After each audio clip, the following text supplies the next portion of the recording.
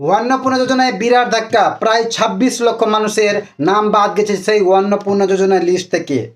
আপনার নাম কি সেই লিস্টে আছে নাকি আপনার নাম সেই লিস্ট থেকে কাটা গেছে, আপনি কীভাবে যাচাই করবেন? তো বন্ধুরা, আমি বলে দিচ্ছি আপনি কীভাবে যাচাই করবেন।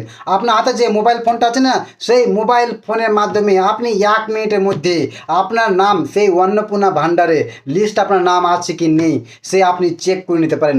তো হে আসসালামু আলাইকুম বন্ধুরা, আপনারা সবাই কেমন আছেন? আশা করি সবাই ভালো আছেন। আমি মোহাম্মদ সাজুল শেখ। তো বন্ধুরা, অন্নপূর্ণা ভাণ্ডার বিগত সরকার যখন এসেছিল সেই লক্ষ্মীর ভাণ্ডার নিয়ে এসেছিল, বর্তমান সরকার যা আছে সেই অন্নপূর্ণা ভাণ্ডারে এসছে। অন্নপূর্ণা ভাণ্ডার বিগত সরকার দিচ্ছিল ১৫০০ টাকা, ৫০০ টাকা থেকে শুরু করে ১৫০০ টাকা করেছিল, আর বর্তমান সরকার ১৫০০ থেকে ৩০০০ টাকা হয়েছে।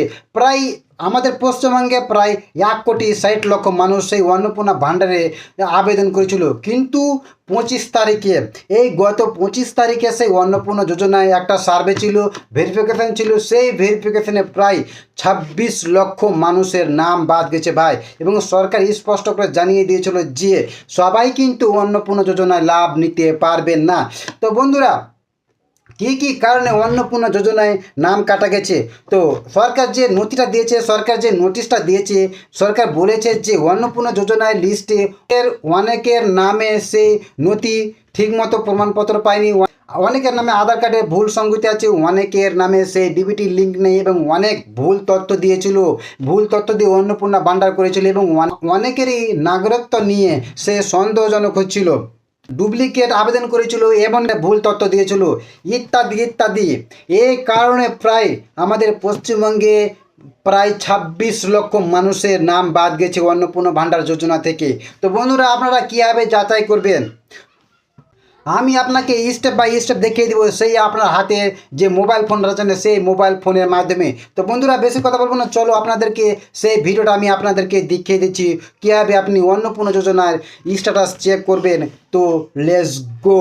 প্রথমে আপনারা গুগল ক্রোমে সার্চ করবেন, এবং গুগল ক্রোমে গিয়ে আপনারা সার্চ করে লিখবেন সোশ্যাল সিকিউরিটি wb.gov.in সার্চ করবেন। এই যে গভর্নমেন্ট অফ ওয়েস্ট বেঙ্গল, সেই সরকারি ওয়েবসাইটে social security government of West Bengal, সেই প্রথমটাতে ওয়েবসাইটটাতে ক্লিক করবেন।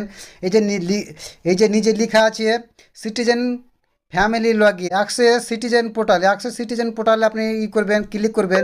সেখানে লেখা আছে যে অ্যাপ্লিক্যান্ট লগইন। এখানে আপনার ডিস্ট্রিক্ট দিবেন, আপনার ডিস্ট্রিক্ট লিখে দেবেন মালদা। এখানে মালদা দেওয়ার পর আপনার এখানে মোবাইল নম্বর দিবেন, আপনার মোবাইল নম্বর দেওয়ার পর এই যে এখানে ক্যাপচা আছে সেই ক্যাপচাটা একদম ভালো করে দিবেন, G G F H T F.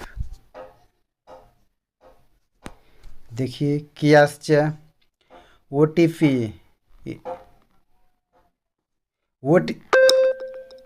65765290